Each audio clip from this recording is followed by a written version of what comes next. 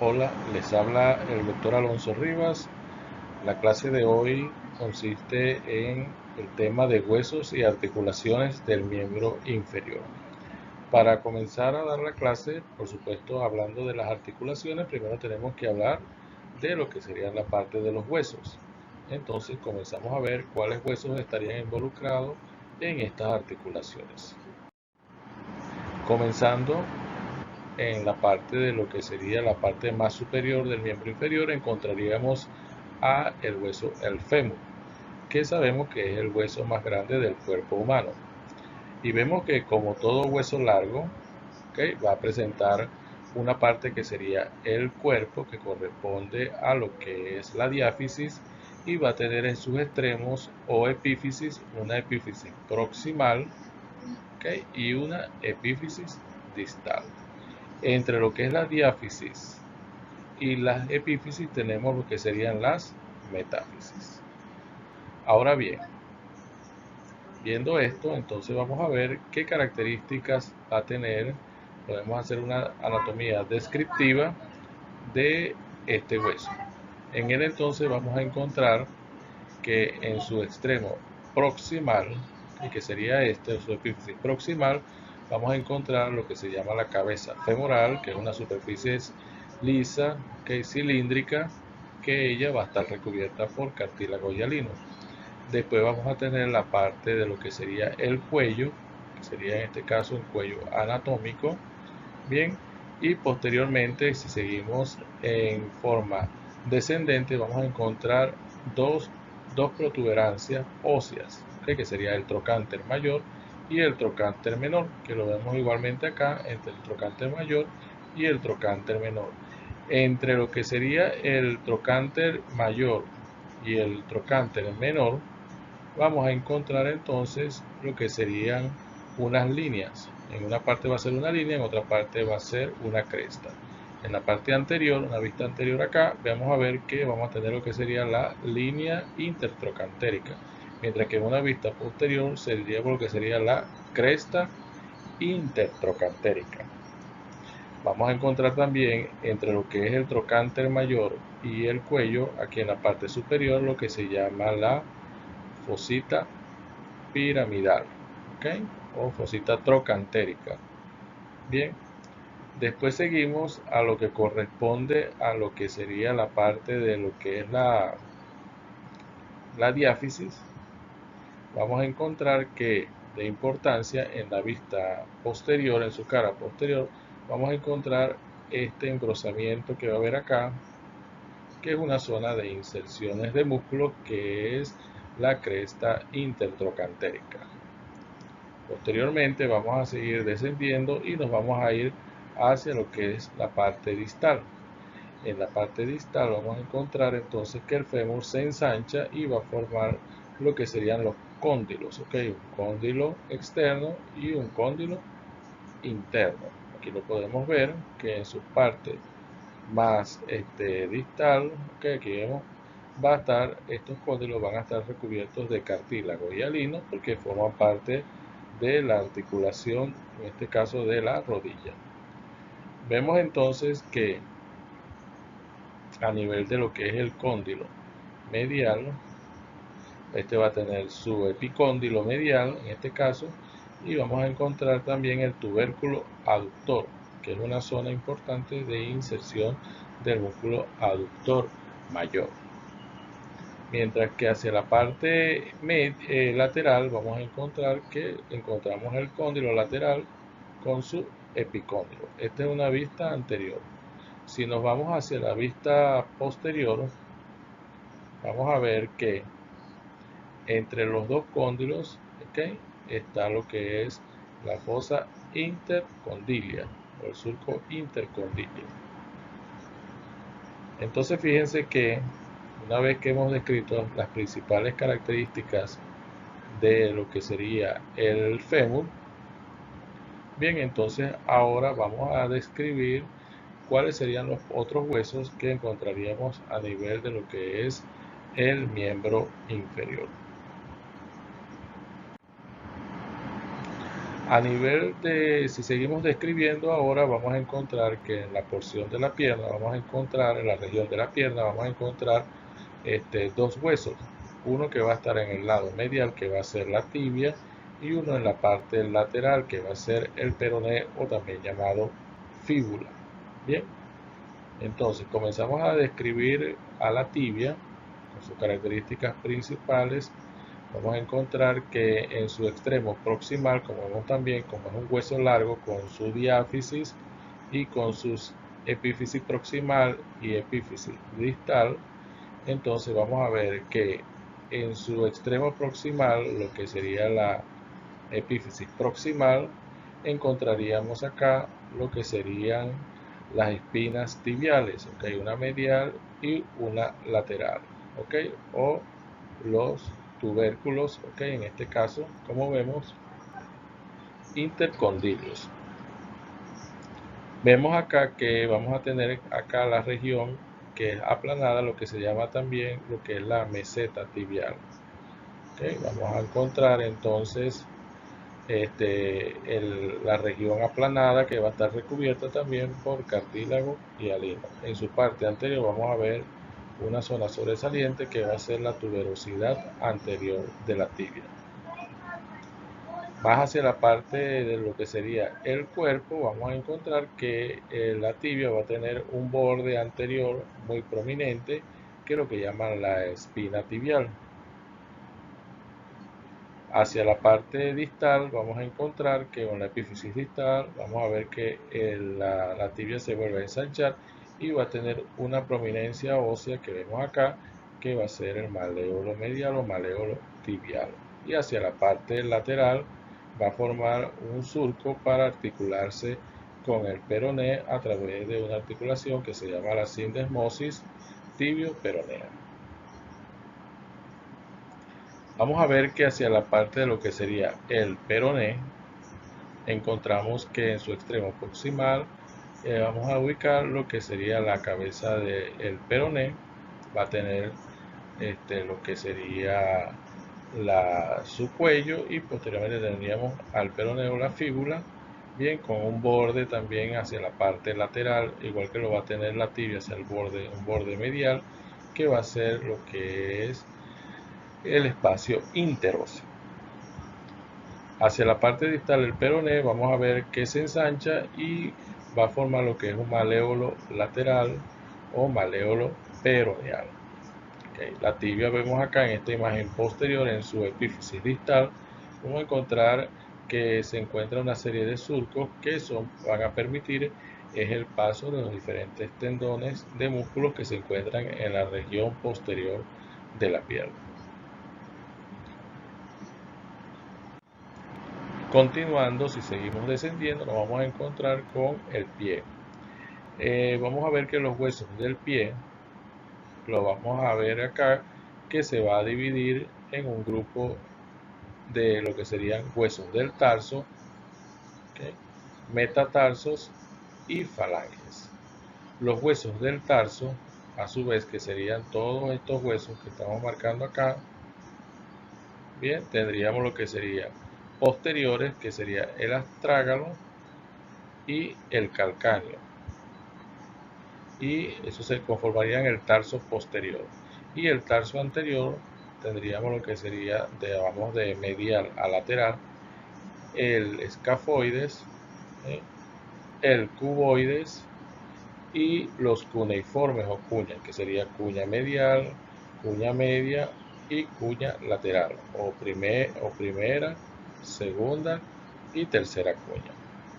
Después tendríamos los metatarsianos, que son las regiones de los metatarsos, que tendríamos entonces igual primer metatarso, segundo, tercero, cuarto y quinto metatarsiano.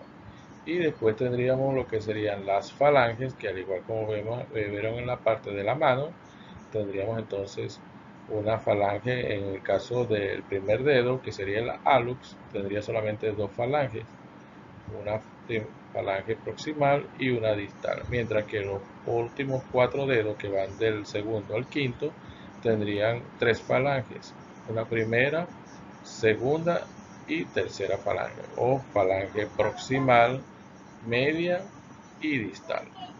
Entonces vamos a ver que todos estos huesos entonces entre ellos van a formar diferentes articulaciones, algunas más móviles que otras, ¿okay? Y eso lo vamos a ver posteriormente cuando empecemos a describir las articulaciones de esa región.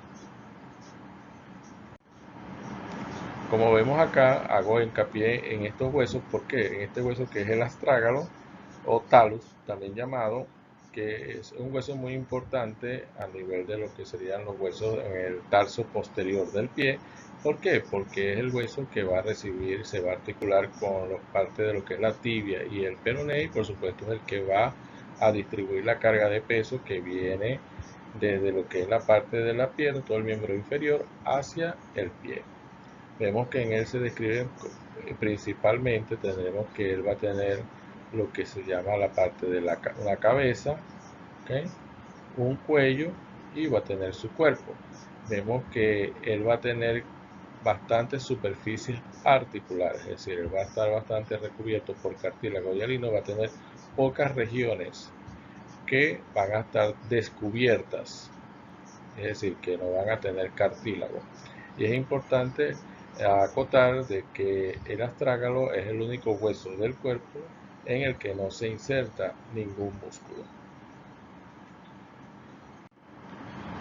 El otro hueso de importancia que quería nombrarles es el calcáneo, que como vieron en las imágenes del pie, se encuentra debajo del astrágalo. Es el hueso que forma lo que veríamos en la parte externa de un pie, que forma lo que es el talón. El calcáneo vemos que tiene 3 carillas articulares, 2 anteriores, una que vemos acá que sería una anterior, que tendríamos lateral, y una medial y lateral, ¿ok?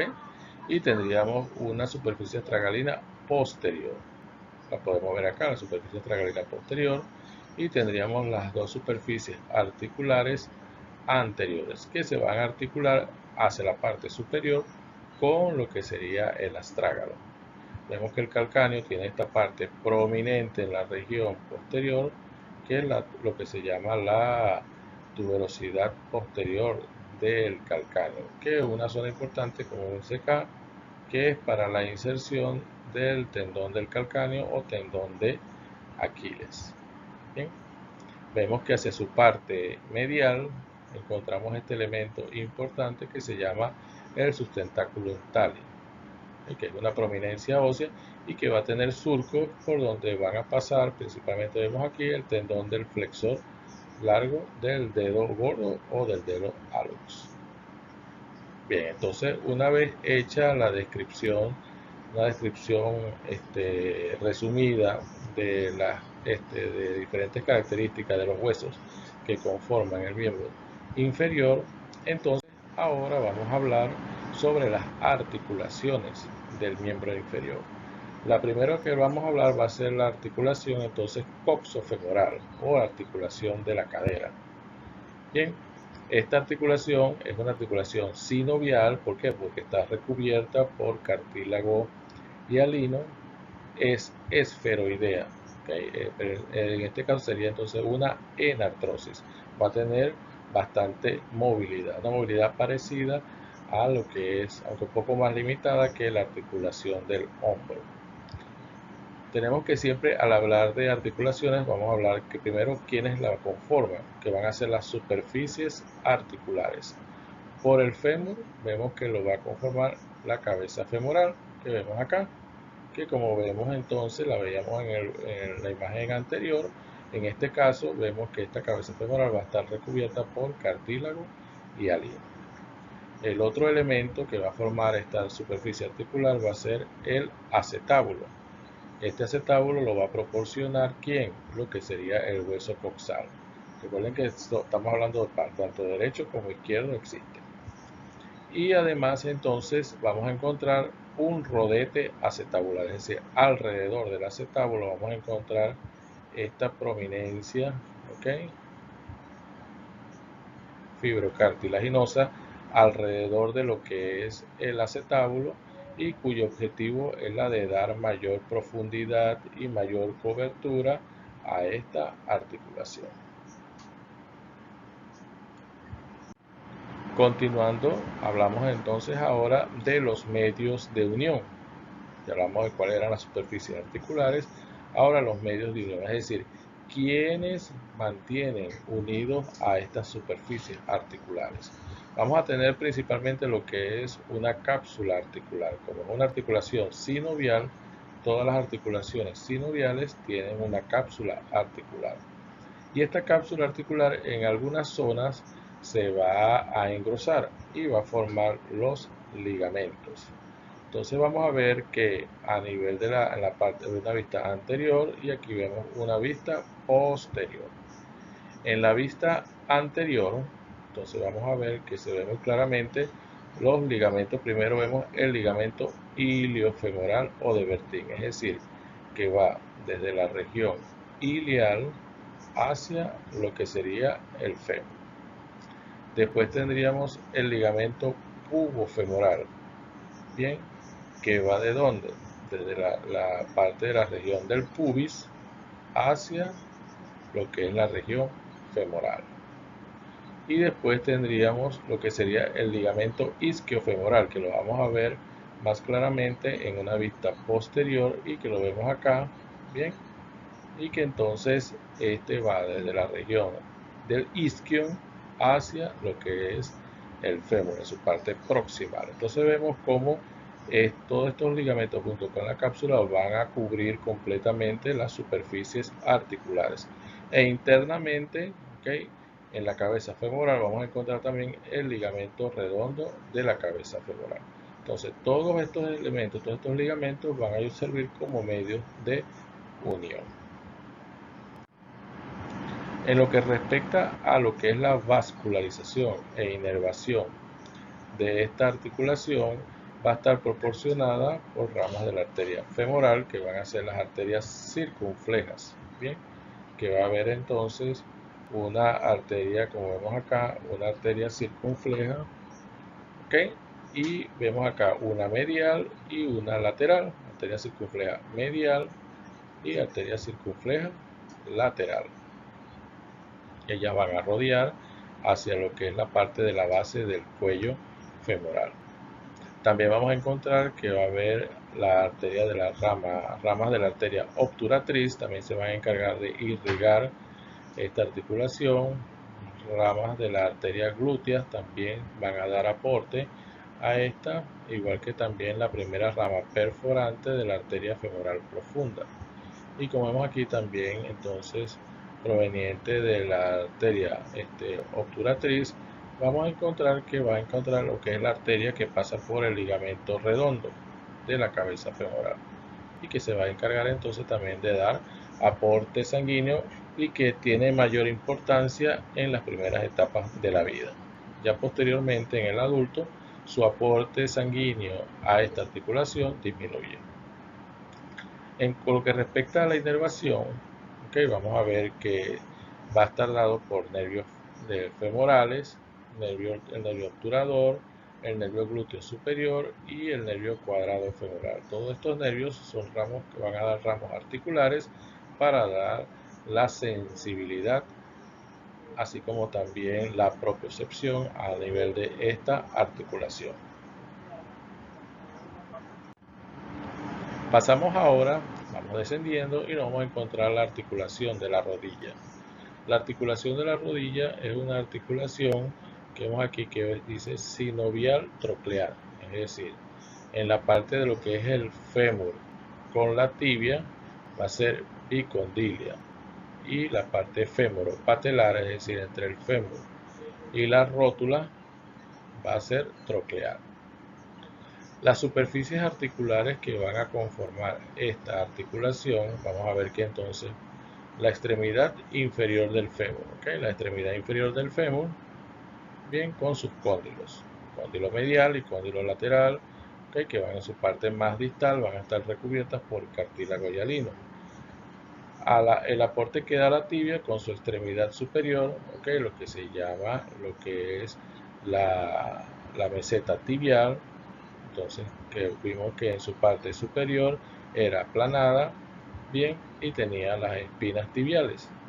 La otra parte que vamos a encontrar este hueso, ¿okay? Que es el hueso sesamoideo más grande del cuerpo humano, que va a ser la rótula o patela, y entre lo que serían los cóndilos y del fémur y la meseta tibial vamos a encontrar estos elementos muy importantes que son los meniscos. ¿Okay? Los meniscos son tejidos de fibrocartílago.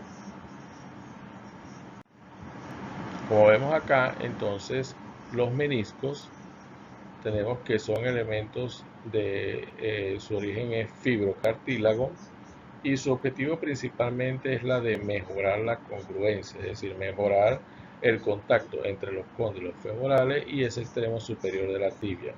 Existe unos meniscos que vamos a encontrar medial, ¿okay? En forma de semiluna, y un menisco lateral que va a ser casi cerrado, ¿okay? En forma casi de O. Vemos que ellos van a tener fijación hacia lo que es hacia la parte central de la meseta tibial y va a insertarse a nivel de las espinas tibiales, y en su parte anterior también vamos a ver que van a estar unidos por el ligamento transverso que vemos acá. Entonces, como vemos, estos meniscos forman un elemento muy importante en esta articulación de la rodilla. Ya vimos cuáles eran las superficies articulares que conformaban la rodilla. Ahora vamos a ver cuáles serían los medios de unión, o sea, quienes mantienen unidos, además de todo ese grupo muscular y tendinoso que pasa alrededor de la articulación. Vamos a tener también lo que sería la cápsula, que va a envolver toda la articulación, porque es una articulación sinovial.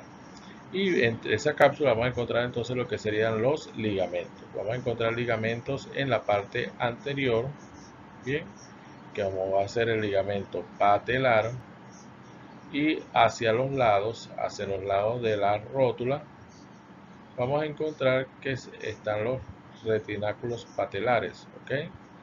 Que van a tener uno medial y uno lateral. Son los retináculos patelares, medial y lateral. Hacia la parte posterior encontramos lo que es el ligamento popliteo oblicuo y el ligamento popliteo arqueado. Se va a encargar entonces de dar esa estabilidad a nivel de la región posterior.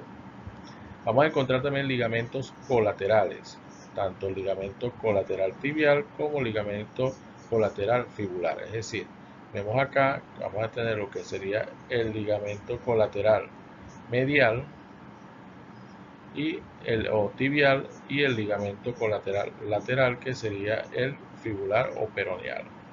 Estos serían los ligamentos estabilizadores laterales.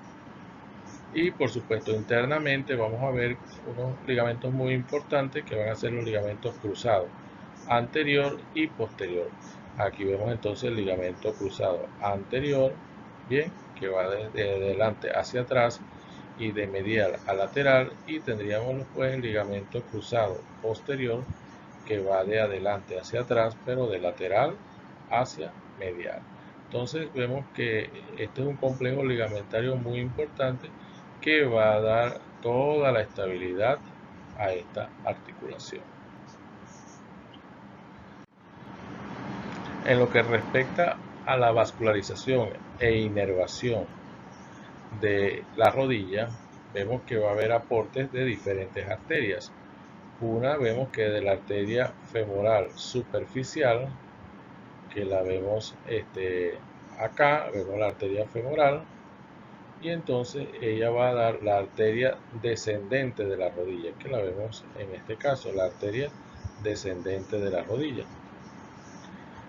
Por otra parte, la arteria poplitea, que está en la parte posterior de la rodilla, va a dar arterias superiores, inferiores y articular media, como lo vemos aquí. Vemos arteria superior lateral de la rodilla, hay una superior lateral, igual que hay una superior medial, va a haber una inferior lateral y va a haber también una inferior medial.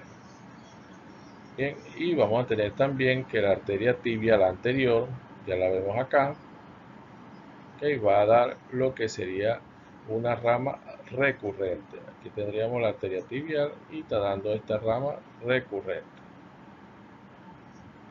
Entonces fíjense que estas arterias, tanto en la parte superior como inferior, va a dar diferentes ramas y que va a formar una red anastomótica periarticular para garantizar entonces el aporte sanguíneo a esta articulación. En lo que respecta a la inervación, ¿okay? Vemos que la inervación va a estar dado por el nervio tibial y por el nervio peroneo común a través de diferentes ramos articulares. Descendiendo, ahora nos vamos a encontrar con la articulación del tobillo. La articulación del tobillo va a ser una articulación gínglimo o también llamada troclear, es decir, va a permitir movimientos de flexión y de extensión. Algunos llaman entonces el movimiento, diríamos, de flexión dorsal y flexión plantar. Las superficies articulares que van a conformar esta articulación, entonces vemos que una por la extremidad inferior de la tibia, que la vemos acá, que se había engrosado, bien, y el otro tenemos con estas superficies laterales, la parte de los maléolos. Vemos que la tibia va a aportar un maléolo medial y el peroné va a aportar lo que sería el maléolo peroneal o maléolo lateral. Y por la parte inferior del pie vemos que el astrágalo, que a través de su cuerpo, lo que se llama el domo astragalino, va a aportar entonces la superficie articular, que igualmente van a estar recubiertas por cartílago y alino. Entonces, como vemos acá, ellos van a formar, ¿okay?, lo que llaman una mortaja, ¿okay?, tibio-astragalina, tibio peroneo astragalina, entre lo que es la tibia, el peroné y el astrágalo.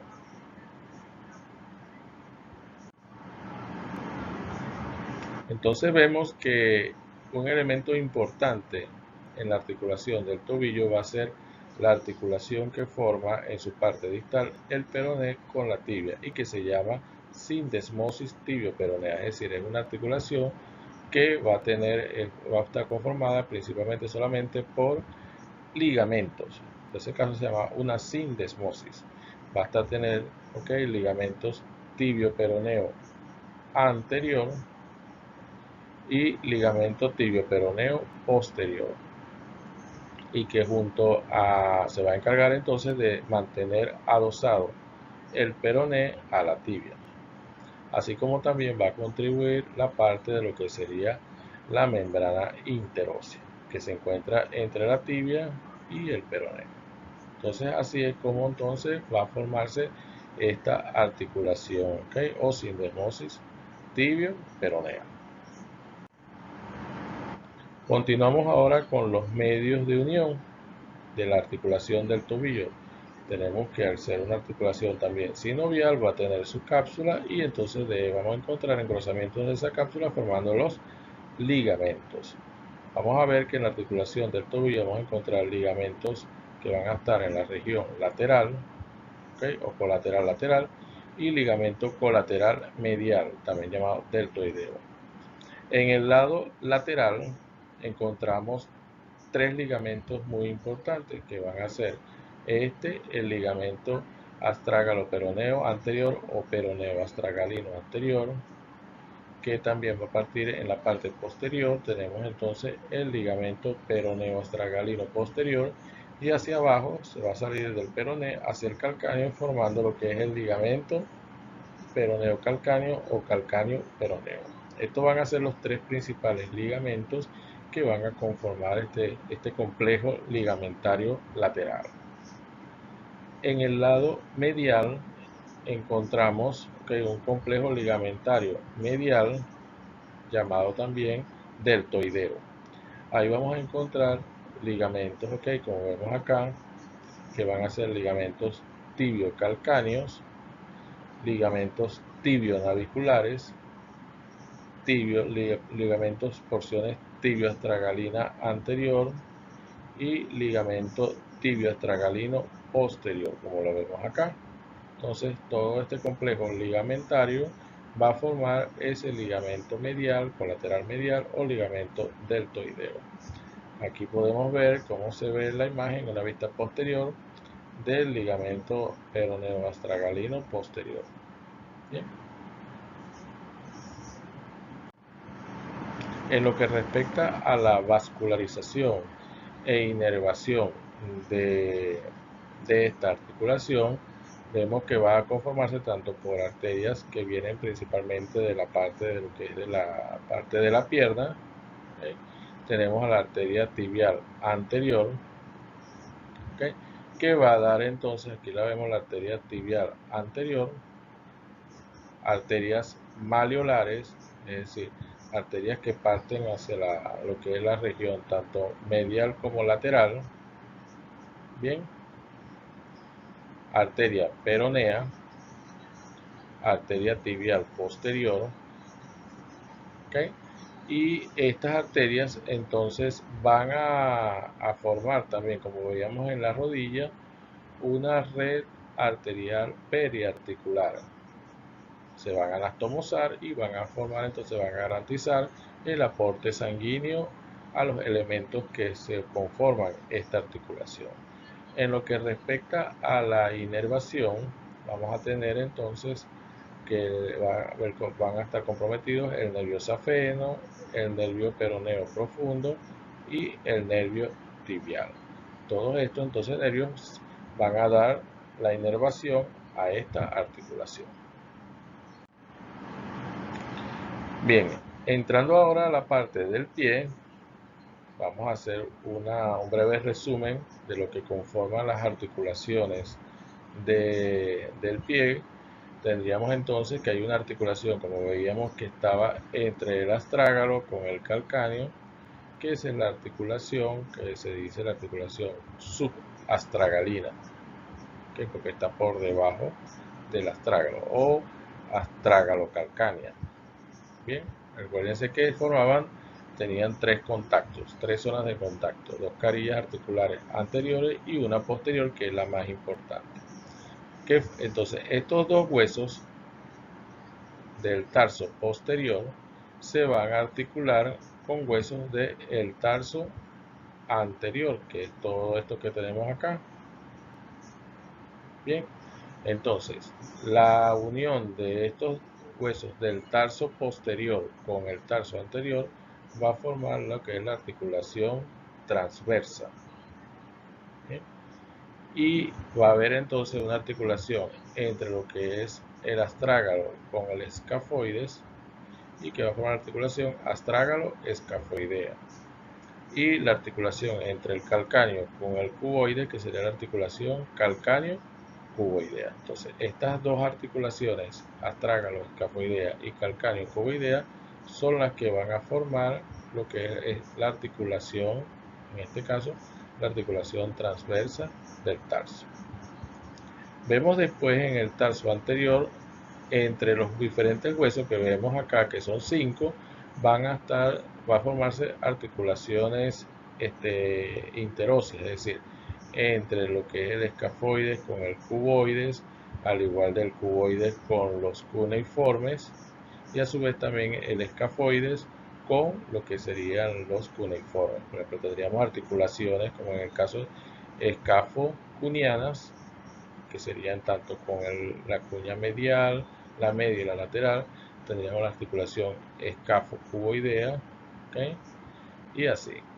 Posteriormente vemos que los huesos, tanto el cuboides como los tres cuñas, van a articularse con los metatarsianos y van a formar, ¿okay?, la articulación medio tarsal o tarso metatarsiana, en este caso, o la que también llamado la articulación de Lisfranc. Vemos que entonces serían entre las cuñas con lo que es los metatarsianos, la parte proximal de ellos, que serían sus bases. Entonces vemos cómo se van uniendo las cuñas, principalmente estas tres cuñas van a articularse tanto con el hallux, se van a articular con la base del segundo, del tercero y del cuarto metatarsiano. Por lo común, la primera cuña se articula casi en su totalidad con el primer metatarsiano. Y vemos acá como el cuboides se va a articular con la base del quinto metatarsiano. Vemos entonces que los metatarsianos, como lo vemos acá, que como le dije también son huesos largos, tienen su base, tienen su cuerpo y tienen la cabeza de los metatarsianos. Estos metatarsianos entonces se articulan con las falanges formando las articulaciones metatarso-falángicas. Y a su vez entonces las falanges se unen con sus falanges más distales y forman las articulaciones interfalángicas. Entonces sabemos que el hallux va a tener entonces, como tiene dos falanges, tiene una sola articulación interfalángica que va a ser entre lo que es la falange proximal con la distal. Mientras que los últimos cuatro dedos, es decir, del segundo al quinto, al tener tres falanges, entonces va a tener dos articulaciones interfalángicas, una articulación interfalángica proximal y una articulación interfalángica distal. Estas articulaciones van a principalmente lo que son las metatarsofalángicas y las interfalángicas son articulaciones trocleares, es decir, permiten movimiento de flexo extensión, mientras que las articulaciones ya las tarsometatarsianas, así como las intertarsianas, son articulaciones por lo común superficie, articulaciones planas que van a tener principalmente poco movimiento, son movimientos de deslizamiento, a excepción de la articulación entre lo que sería el astrágalo con el escafoides, que es la que da una de las articulaciones más móviles que corresponden a los huesos del tarso. Entonces, con esta breve explicación termino la clase. Muchísimas gracias.